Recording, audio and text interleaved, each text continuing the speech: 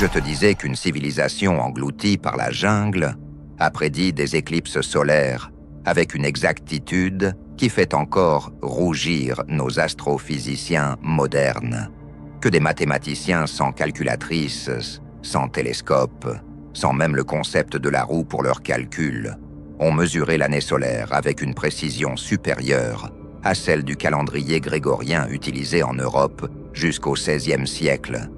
Visualise un instant.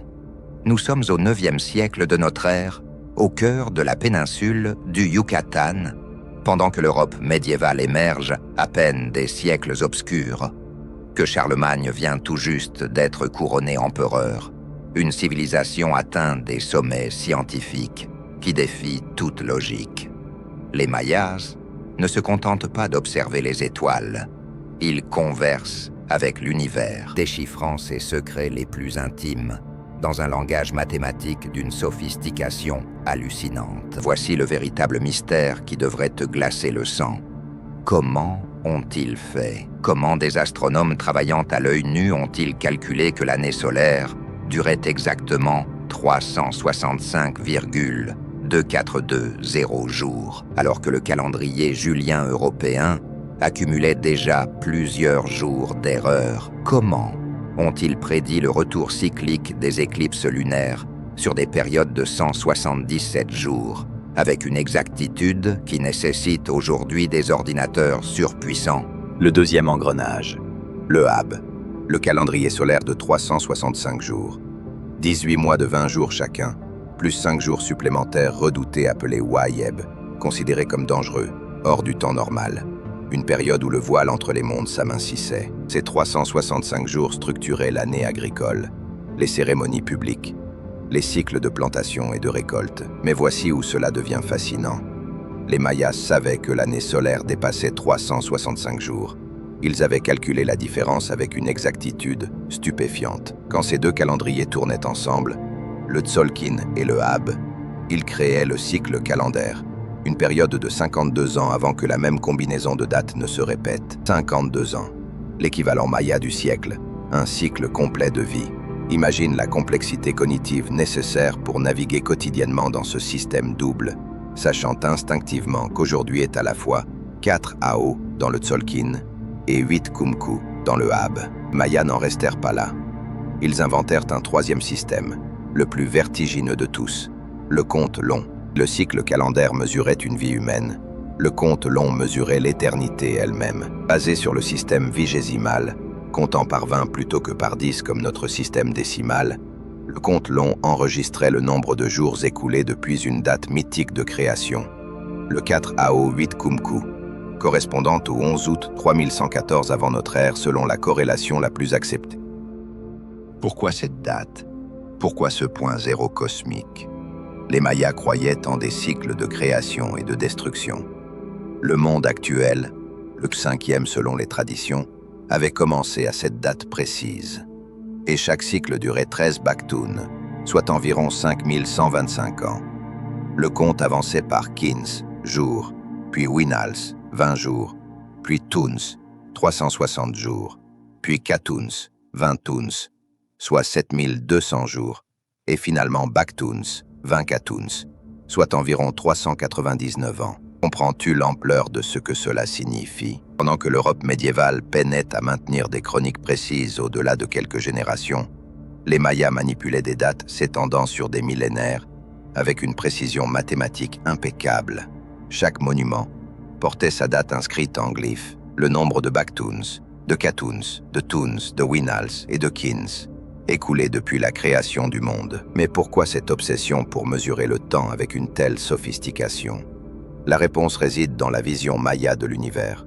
Pour eux, le temps n'était pas linéaire. Il était cyclique, prévisible, sacré.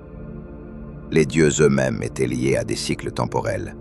Chaque jour portait une charge énergétique, une influence divine.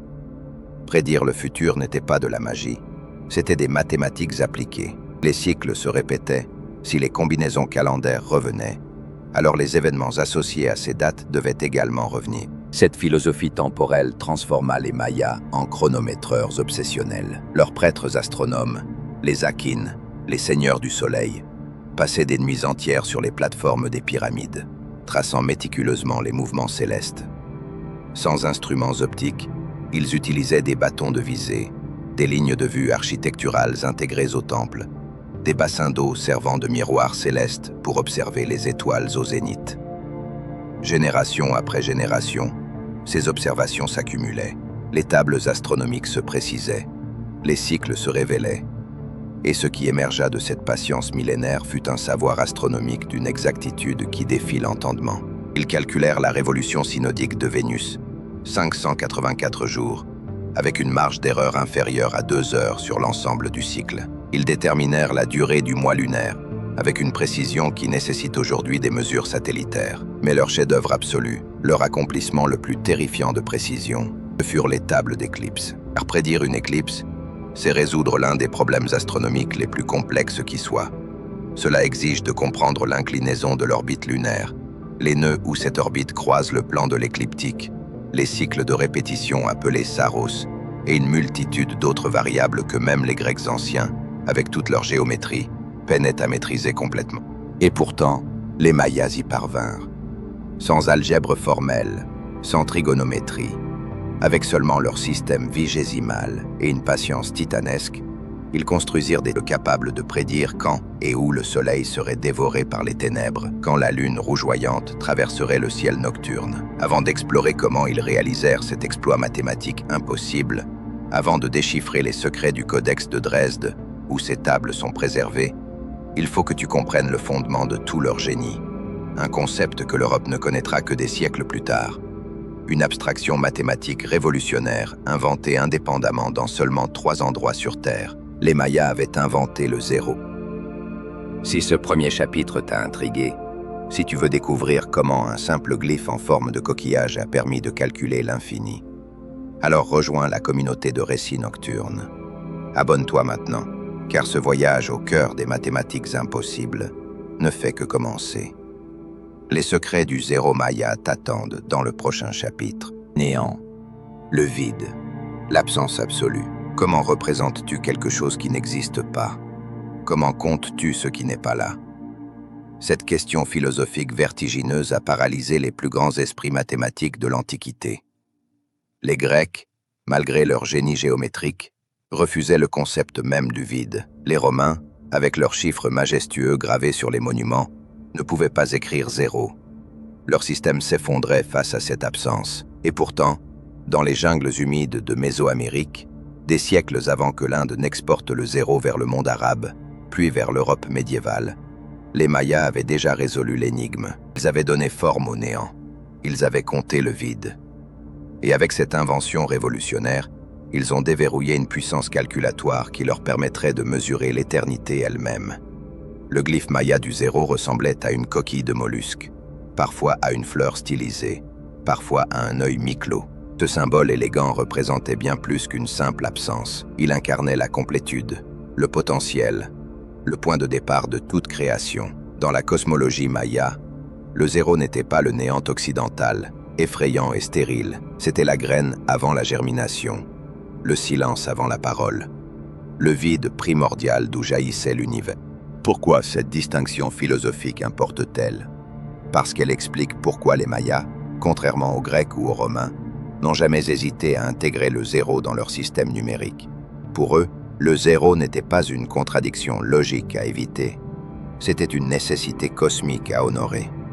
Et cette acceptation culturelle du vide leur donna un avantage mathématique colossal. Leur système de numération fonctionnait en base 20, le système vigésimal. Pourquoi 20? La réponse se trouve au bout de tes orteils. 10 doigts, 10 orteils, 20 au total. Les Mayas comptaient avec tout leur corps, mais contrairement à notre système décimal maladroit, où la position des chiffres détermine leur valeur, le système vigésimal maya possédait une élégance structurelle supérieure pour les grands nombres. Visualise leur notation. Des points représentaient les unités, de 1 à 4. Une barre horizontale valait 5. 2 barres, 10. 3 barres, 15. 4 points au-dessus de 3 barres donnaient 19, le nombre le plus élevé avant de passer à l'ordre supérieur. Et pour représenter 20, un point dans la position supérieure, et une coquille, le 0, en dessous. Le 0 ne signifiait pas rien du tout, il signifiait rien dans cette position. Passe à la suivante. Ici que la magie opère. Dans notre système décimal, chaque position représente une puissance de 10, unités, dizaines, centaines, milliers. Dans le système vigésimal maya, chaque position représentait une puissance de 20, unités, vingtaines, 400, 8000. Un seul glyphe pouvait représenter des nombres colossaux. La date du compte long que nous avons évoqué, avec ses Baktun, Katun et Tun, était en réalité une notation positionnelle vigésimale géante. Mais attention, les Mayas introduisirent une modification géniale pour les besoins calendaires. Dans le compte long, la troisième position ne valait pas 400 jours, mais 360, une approximation de l'année solaire. Cette anomalie dans un système par ailleurs purement vigésimal révèle l'intention profonde. Le calendrier devait refléter les cycles naturels, même au prix d'une irrégularité mathématique. Prenons un exemple concret.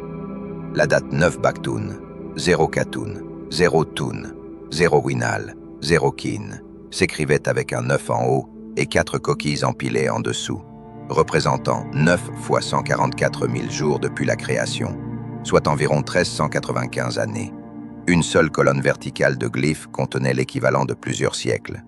Sans le 0, cette notation serait impossible. Le calendrier maya entier s'effondrerait. On part maintenant avec l'Europe du même période. L'an 800 de notre ère, le couronnement de Charlemagne. Les scribes chrétiens utilisent encore les chiffres romains. DCCC pour 800. Essaie de faire une multiplication avec DCCC fois carré de 4. Impossible sans convertir mentalement vers un autre système. Les calculs astronomiques complexes sont hors de portée. Les tables de multiplication n'existent pas. Les mathématiques européennes stagnent dans les limites imposées par une notation archaïque. Pendant ce temps, dans le Yucatan, un prêtre astronome maya inscrit sur du papier d'écorce une séquence de calculs impliquant des périodes de 584 000 jours, les cycles de Vénus multipliés par 1000. Il manipule des nombres à 6 chiffres avec la même facilité qu'un comptable moderne. Le 0 rend tout possible. L'addition, la soustraction, la multiplication par puissance de 20, et même des approximations de division. Voici le secret rarement mentionné. Le 0 ne sert pas seulement à compter, il transforme l'arithmétique elle-même. Il permet la notation positionnelle, qui permet les algorithmes de calcul, qui permettent les tables astronomiques, qui permettent les prédictions d'éclipses. Le 0 est la clé qui déverrouille toute la chaîne causale du génie maya.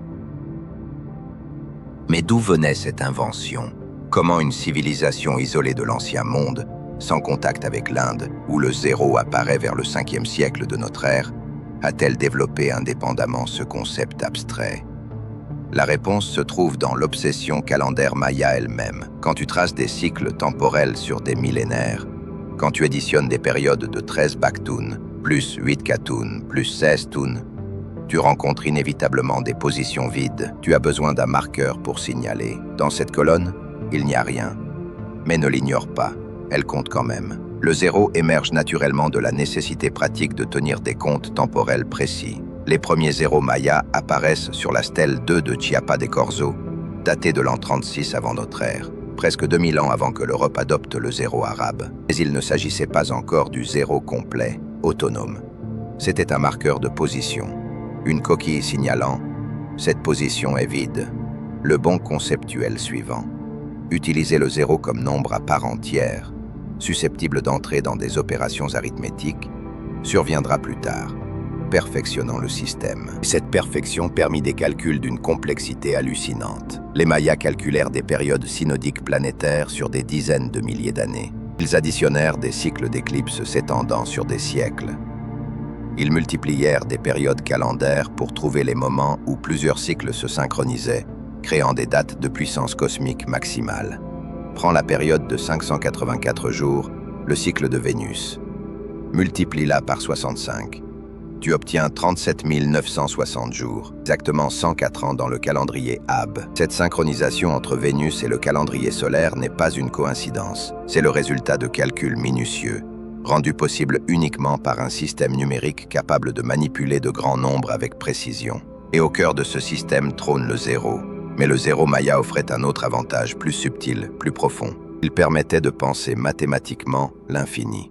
Si 0 représente le vide primordial, alors les nombres qui s'étendent indéfiniment dans les positions supérieures représentent le temps illimité, l'espace cosmique sans frontières. Le compte long, théoriquement, pouvait continuer éternellement.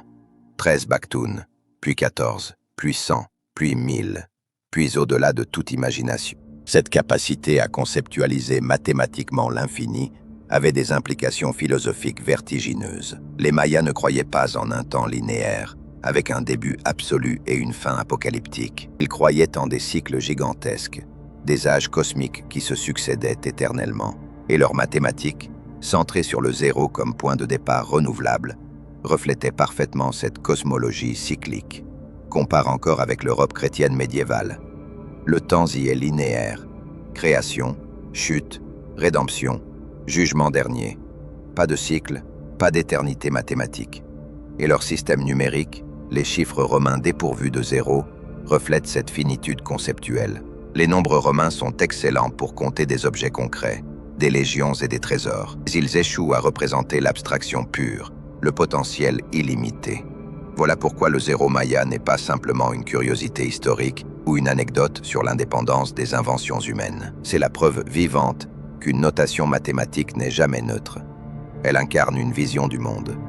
Et la vision maya, avec son zéro en forme de coquille germinale, était celle d'un univers cyclique, prévisible, mathématiquement gouverné, où le vide lui-même possédait une puissance créatrice. Armés de ce zéro, de leur système vigésimal, de leurs 3 calendriers entrelacés, les astronomes mayas pouvaient désormais s'attaquer au calcul le plus ambitieux de tous, prédire quand le soleil disparaîtrait du ciel en plein jour, quand la lune se teindrait de sang, quand les dieux célestes s'éclipseraient dans les ténèbres. Ils allaient construire des tables d'éclipse d'une exactitude qui stupéfie encore nos astrophysiciens contemporains.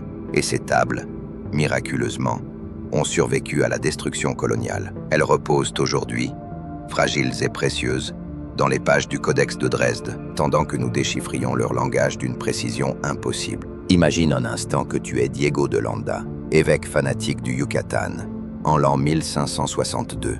Devant toi s'empilent des centaines de codices mayas, ces livres précieux peints sur écorce battue, pliés en accordéon, remplis de glyphes mystérieux et de calculs incompréhensibles. Tu vois des chiffres, des symboles, des divinités aux formes étranges. Pour toi, c'est l'œuvre du démon. Ces livres contiennent, penses-tu, des superstitions païennes, des rituels idolâtres qui éloignent les Mayas du vrai Dieu. Alors tu allumes le feu. Des flammes dévorent des millénaires de connaissances accumulées. Des tables astronomiques d'une précision inouïe se transforment en cendres. Des calendriers prophétiques, des traités mathématiques, des observations célestes méticuleusement enregistrées pendant des générations disparaissent en fumée. En une seule journée de destruction frénétique, tu anéantis la bibliothèque scientifique la plus avancée des Amériques précolombiales. Diego de Landa écrira plus tard, avec une fierté tragique. Nous avons trouvé un grand nombre de livres écrits avec leur caractère, et comme ils ne contenaient que des superstitions et des mensonges du démon, nous les avons tous brûlés, ce qui causa aux Indiens une grande affliction et leur fit verser beaucoup de larmes. De toute la production intellectuelle maya, seulement 4 codices survécurent à ce génocide culturel. 4 manuscrits miraculeux, sauvés par hasard, envoyés en Europe comme curiosités exotiques, avant que les flammes n'engloutissent tout. Le Codex de Dresde, le Codex de Madrid, le Codex de Paris et le Codex Grolier, ce dernier encore contesté par certains experts. 4 livres pour représenter des siècles de génie astronomique. Et parmi ces 4 survivants, un seul contient les tables d'éclipse dans leur intégralité. Le Codex de Dresde. Ce manuscrit extraordinaire doit son nom à la ville allemande où il fut découvert au XVIIIe siècle. Acquis par la Bibliothèque royale de Saxe, auprès d'un collectionneur privé à Vienne. Personne ne savait d'où il venait exactement, comment il avait traversé l'Atlantique, qui l'avait sauvé des flammes purificatrices. Il était simplement là. 74 pages de papier à mat couvertes de glyphes énigmatiques, de figures divines polychromes, de colonnes de nombres mystérieux. Pendant des décennies, le codex resta indéchiffrable. Les érudits européens le contemplaient avec fascination et frustration. Ils reconnaissaient des motifs calendaires, des symboles récurrents, mais le sens profond leur échappait. Le code Maya résistait à toutes les tentatives de décryptage, jusqu'à ce qu'un bibliothécaire allemand obstiné, Ernst Förstemann, décide de consacrer sa vie à percer le mystère. Förstemann n'était pas un explorateur romantique parcourant les ruines perdues dans la jungle.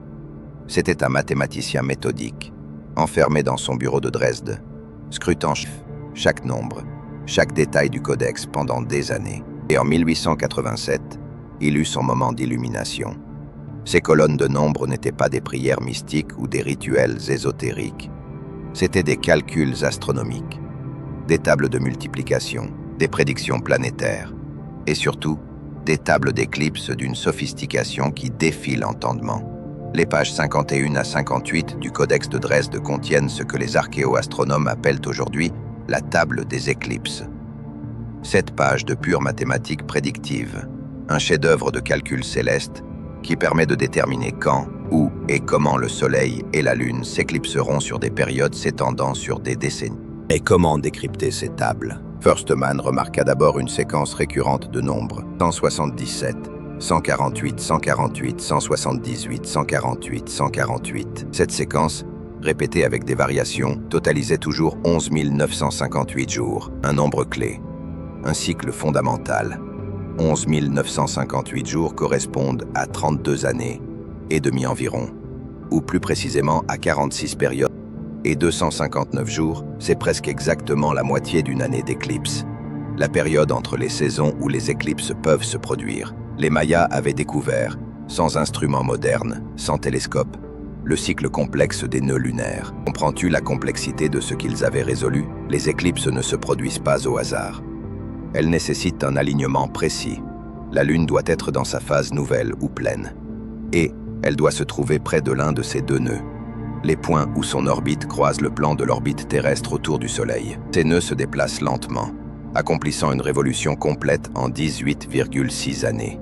Calculer ce mouvement avec précision exige des siècles d'observations minutieuses. Les Mayas l'avaient fait. Leurs tables identifiaient les saisons d'éclipse, les fenêtres temporelles d'environ 34 jours où les conditions géométriques permettent qu'une éclipse se produise. Elles indiquaient les dates exactes, calculées sur des décennies, où ces fenêtres s'ouvriraient.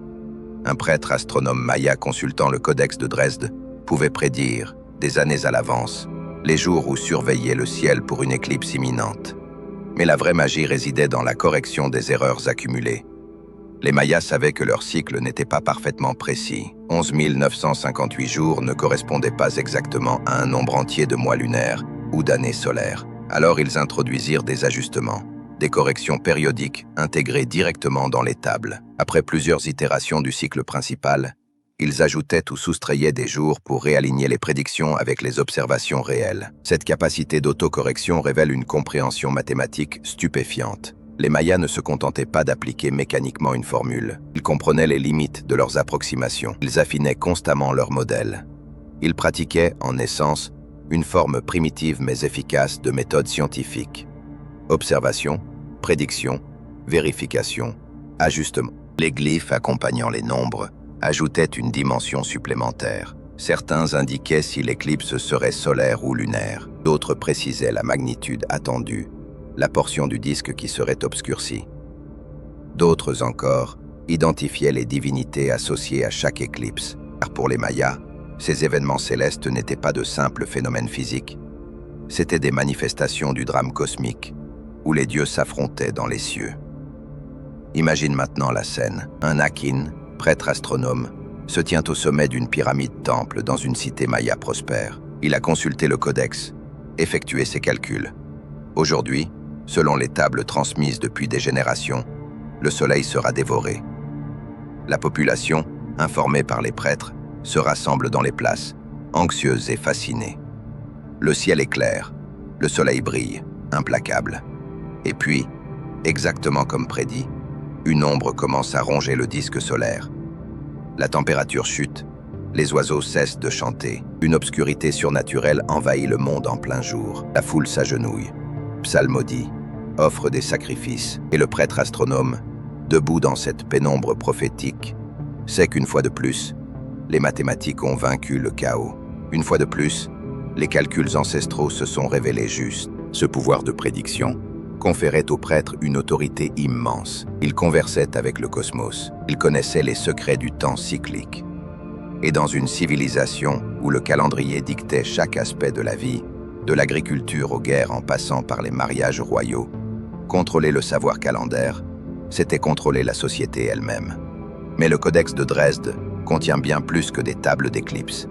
Il renferme également des tables de Vénus, cette planète obsédante qui fascinait les Mayas. Vénus, l'étoile du matin et du soir, apparaissant et disparaissant selon des cycles complexes, était associée au dieu Kukulkan, le serpent à plumes. Les Mayas calculèrent que Vénus accomplissait 5 cycles synodiques complets en exactement 8 années solaires du Ahab. 5 x 5, 184 jours, égale 2920 jours, soit 8 x 365 jours. Cette synchronisation parfaite n'était pas un hasard cosmique. C'était le résultat de calculs rigoureux, ajustés sur des siècles. Et le Codex détaille ces cycles, indiquant quand Vénus réapparaîtra comme étoile du matin, après sa conjonction inférieure avec le Soleil, quand elle atteindra son élongation maximale, quand elle plongera à nouveau dans les rayons solaires. Les archéo-astronomes modernes, armés de logiciels sophistiqués et de bases de données astronomiques, ont vérifié les prédictions du Codex de Dresde. Le résultat ?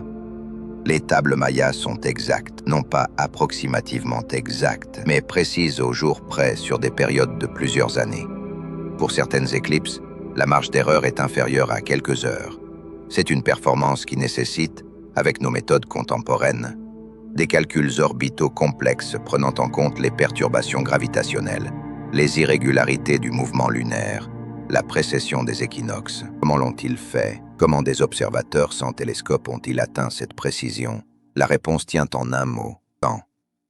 Des générations de prêtres astronomes, chacun construisant sur le travail de ses prédécesseurs, accumulant des observations, affinant les cycles, testant les prédictions. Un processus scientifique s'étendant sur des siècles, peut-être même des millénaires.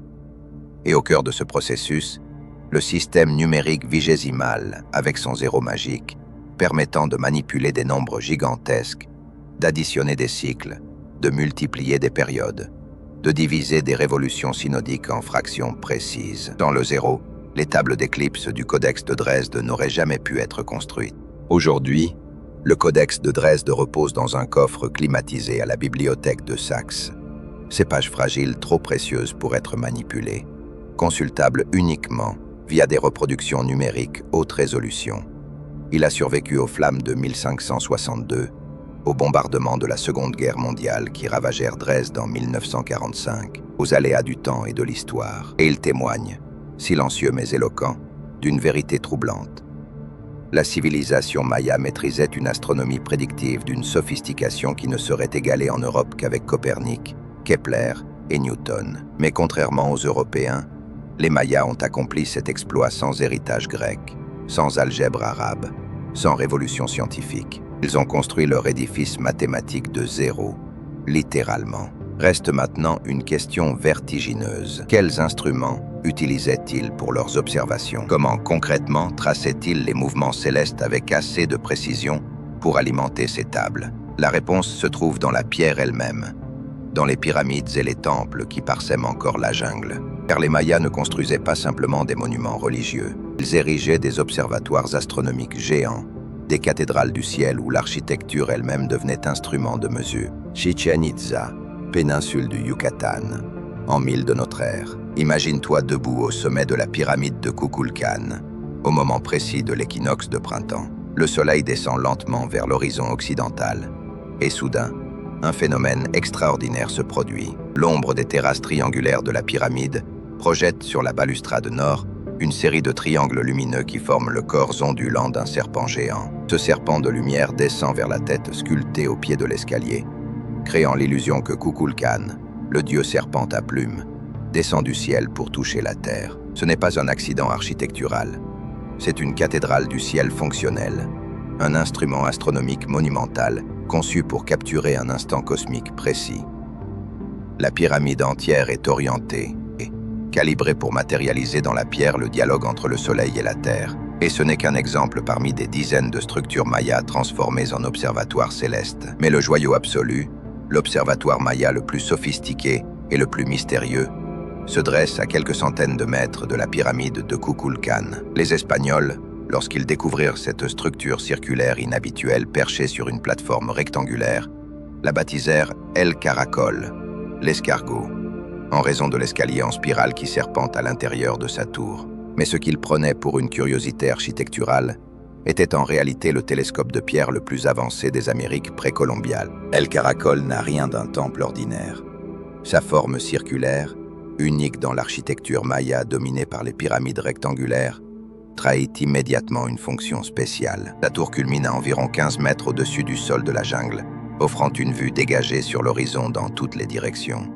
Mais le génie réside dans les détails que seuls les archéo-astronomes modernes ont pu décrypter.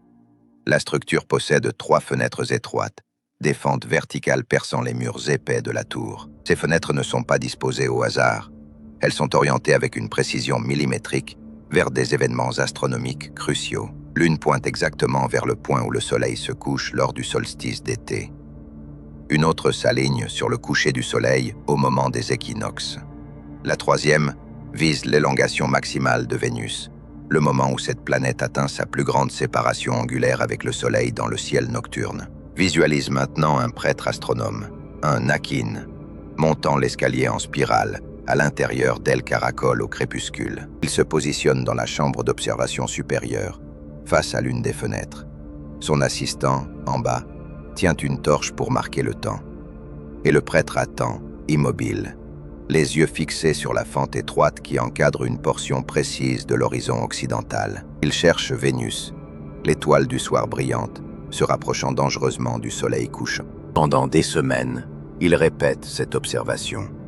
Chaque soir, Vénus apparaît un peu plus proche du soleil. Puis, un jour, elle disparaît, engloutie dans les rayons solaires, entamant sa conjonction inférieure. Le prêtre note soigneusement la date dans son codex.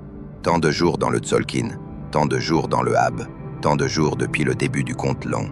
Cette disparition marque un point clé dans le cycle vénusien. Et 8 jours plus tard, exactement comme les tables anciennes le prédisent, Vénus réapparaît, mais cette fois à l'aube, dans une autre fenêtre d'El Caracol orientée vers l'est. Elle est devenue l'étoile du matin, Kukulkan renaissant des ténèbres. Le cycle continue, implacable, prévisible, mathématique. Mais El Caracol servait également à observer les éclipses. Les fenêtres, en limitant le champ de vision à une portion étroite du ciel, permettaient de détecter avec précision le moment où la Lune entrait dans la zone dangereuse près de ses nœuds. Un prêtre pouvait suivre la trajectoire lunaire soir après soir, notant quand elle passait près des étoiles repères identifiant les régions où les éclipses deviennent possibles. Et ce n'est pas tout. Des alignements plus subtils ont été découverts. L'axe principal de la plateforme rectangulaire supportant El Caracol pointe vers le lever héliaque de certaines étoiles brillantes. Des diagonales architecturales s'alignent sur les positions extrêmes de la Lune lors de ces cycles de 18,6 années.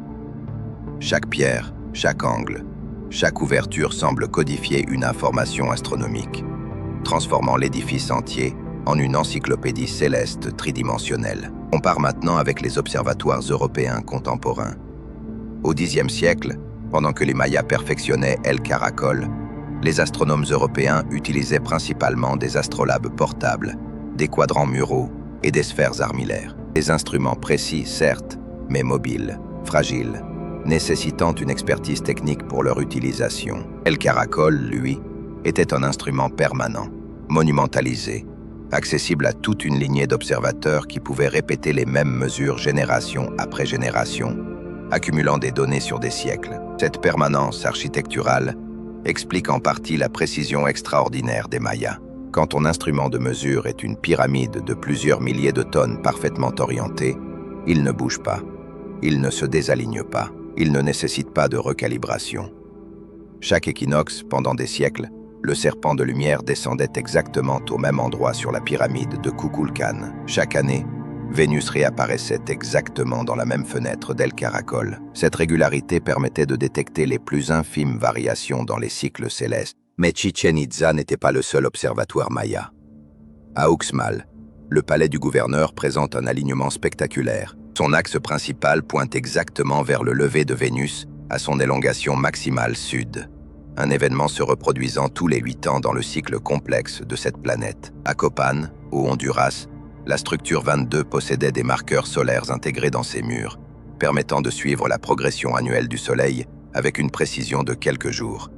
Et à Palenque, dans l'état mexicain du Chiapas, les fenêtres du palais s'alignent sur le coucher du Soleil au solstice d'hiver, illuminant une chambre spécifique où le roi Pacal célébrait des rituels de renouvellement cosmique. Chaque grande cité maya possédait ses instruments architecturaux, ses lignes de visée codifiées dans la pierre, ses plateformes d'observation orientées vers les événements célestes cruciaux. Cette intégration de l'astronomie dans l'architecture elle-même révèle une conception du cosmos radicalement différente de la nôtre.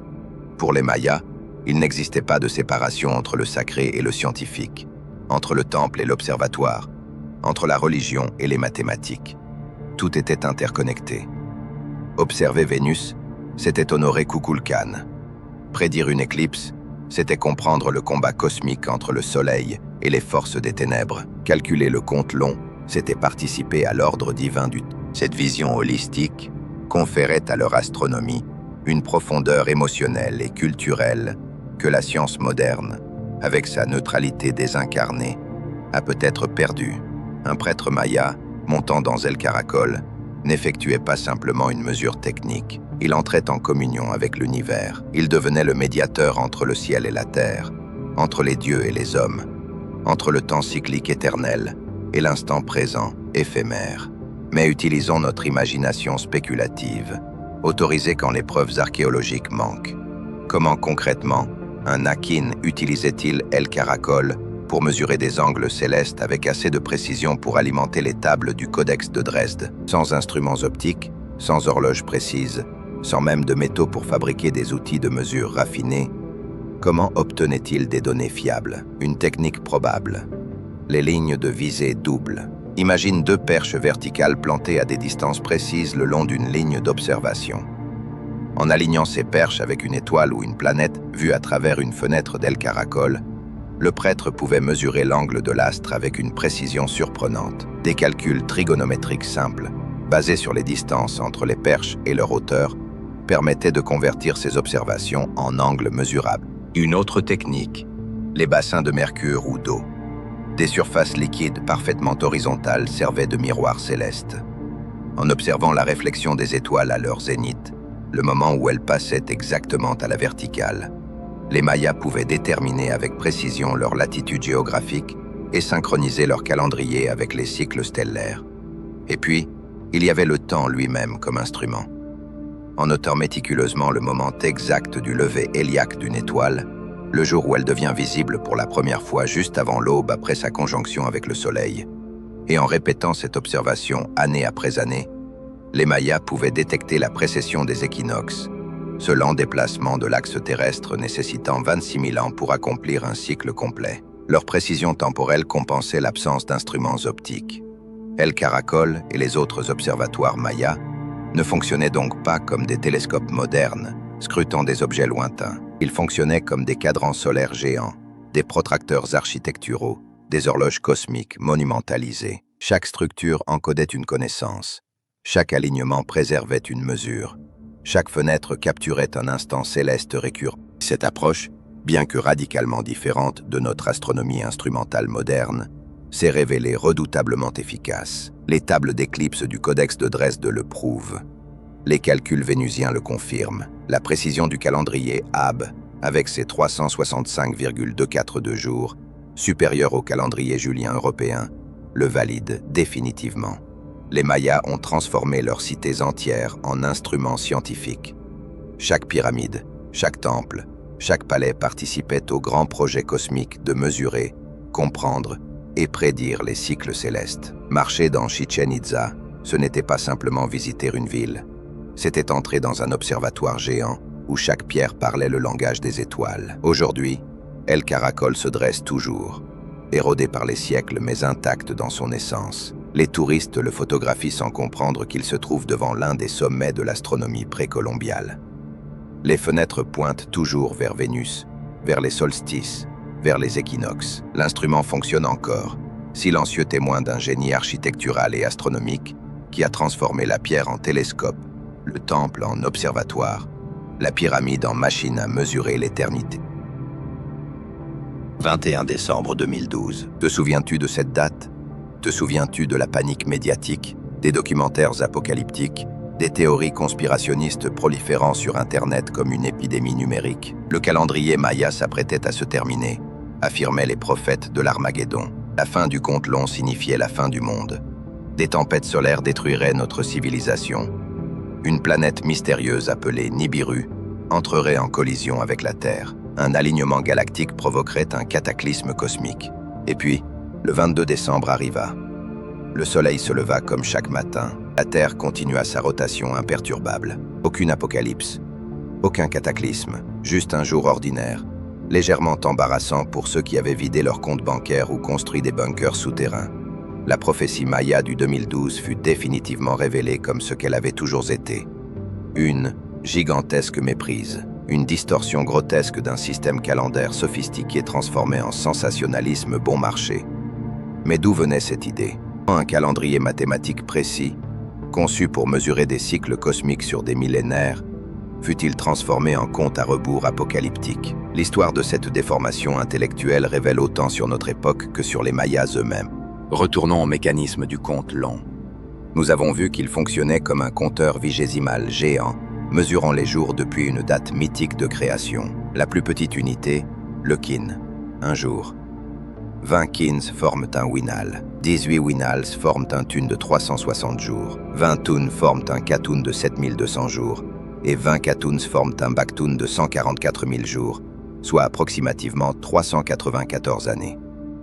Le compte long commença, selon la corrélation GMT la plus acceptée, le 0 baktun, 0 katun, 0 tun, 0 winal, 0 kin, correspondant au 11 août 3114 avant notre ère. Pourquoi cette date?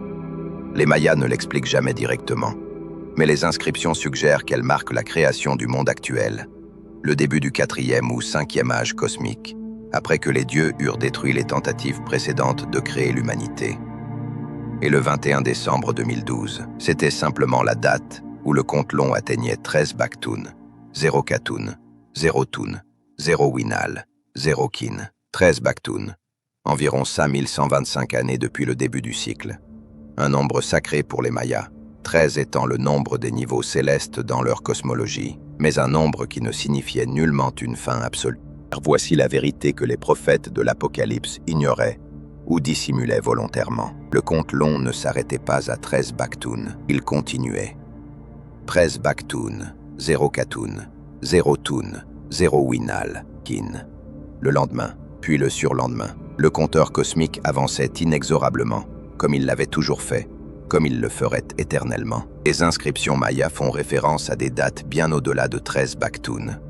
La stèle 1 de Koba mentionne une date située 20 baktun dans le futur. Le temple des inscriptions de Palenque contient des références prophétiques à l'an 4772 de notre ère, moment où un anniversaire dynastique important serait célébré.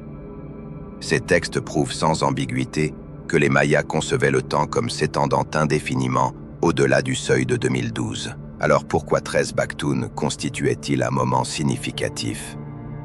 Pour la même raison que nous célébrons les changements de millénaire. C'était un anniversaire cosmique majeur, la fin d'un grand cycle et le début d'un autre. Une occasion de rituel de renouvellement, de cérémonie de transition, de réflexion sur le passé et l'avenir. Important, sacré même, mais absolument pas apocalyptique. La transformation de cet anniversaire calendaire en prophétie de fin du monde est un phénomène purement moderne, né dans les années 70 et 80. Les auteurs de pseudo-archéologie comme Eric von Däniken et Graham Hancock commencèrent à spéculer sur les connaissances mystérieuses des Mayas. Le mouvement New Age adopta le calendrier Maya comme symbole de sagesse ancienne. Et Internet, ce formidable amplificateur de rumeurs, fit le reste.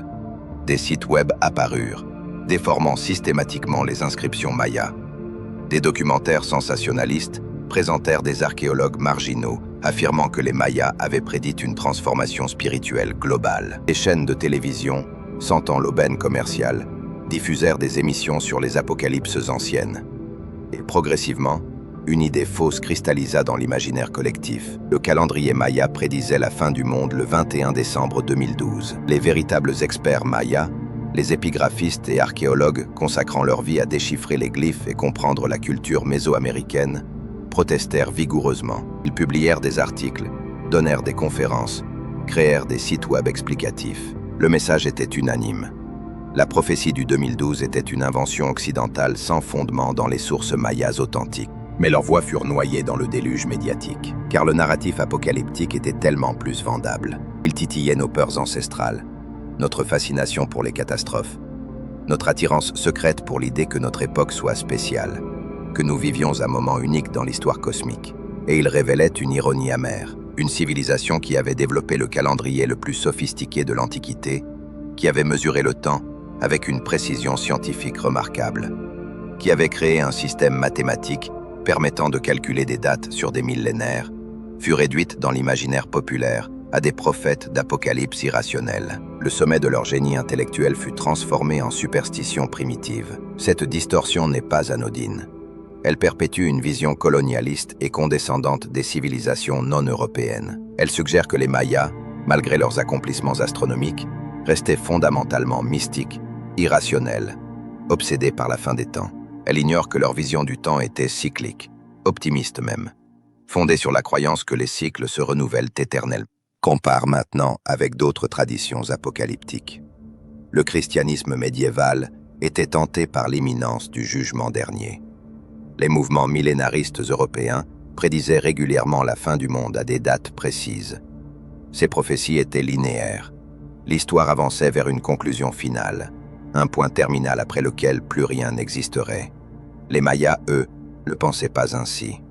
Pour eux, le temps ressemblait à une spirale ascendante. Les cycles se répétaient, mais à des niveaux supérieurs. Quand un Baktun se terminait, un nouveau commençait. Quand un grand cycle s'achevait, un autre démarrait. Le cosmos se renouvelait perpétuellement, mourant et renaissant comme les graines de maïs plantées et récoltées selon les calendriers agricoles. Cette philosophie temporelle possédait une profondeur écologique que notre civilisation moderne, obsédée par la croissance linéaire infinie et la consommation sans limite, gagnerait à redécouvrir. Les Mayas comprenaient que tout est cyclique. Les saisons, les générations, les civilisations elles-mêmes. Rien ne dure éternellement, mais rien ne disparaît complètement non plus. Tout se transforme, se recycle, renaît sous de nouvelles formes. Et pourtant, leur propre civilisation connut un effondrement mystérieux entre le 9e et le 10e siècle. Les grandes cités de la période classique, Tikal, Copan, Palenque, furent progressivement abandonnées. La jungle reconquit les pyramides. Le système calendaire sophistiqué, maintenu pendant des siècles par les lignées de prêtres astronomes, se fragmenta et s'oublia partiellement. Quand les Espagnols arrivèrent au XVIe siècle, les Mayas descendants ne savaient plus déchiffrer les inscriptions de leurs ancêtres. Cette amnésie culturelle explique pourquoi le mythe du 2012 put prospérer. Les Mayas contemporains, majoritairement chrétiens après des siècles de colonisation, ne possédaient plus la connaissance complète du conte long. Ils ne pouvaient pas contredire efficacement les interprétations fantaisistes des Occidentaux. Leur héritage intellectuel leur avait été volé, d'abord par les flammes de Diego de Landa, ensuite par l'évangélisation forcée, finalement par la pauvreté et la marginalisation sociale. Mais le 22 décembre 2012 marqua aussi un tournant positif. L'absence d'apocalypse força une réévaluation. Les documentaires sérieux sur l'astronomie maya commencèrent à circuler. Les livres rigoureux trouvèrent leur public. Et progressivement, une compréhension plus juste émergea. Les Mayas n'étaient pas des prophètes mystiques, mais des scientifiques patients, des mathématiciens brillants, des observateurs méticuleux qui avaient résolu, avec les moyens de leur époque, des problèmes astronomiques d'une complexité extraordinaire.